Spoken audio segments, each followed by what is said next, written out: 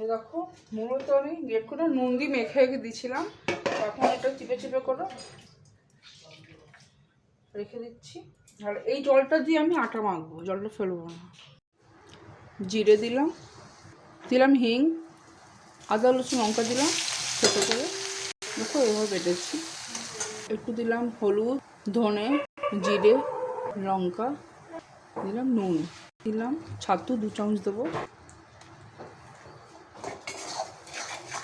ছাতুটা একটু ভেজে নিই, এটা ভাজা হয়ে গেছে। বা দিলাম মূলোটা, দিলাম গরম মশলা, মূলোটাকে ভালো করে ভেজে নিচ্ছি, দিলাম ধনে পাতা।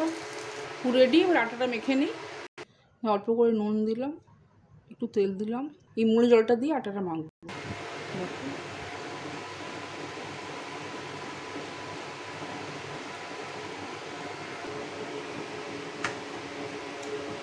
তেল দিলাম,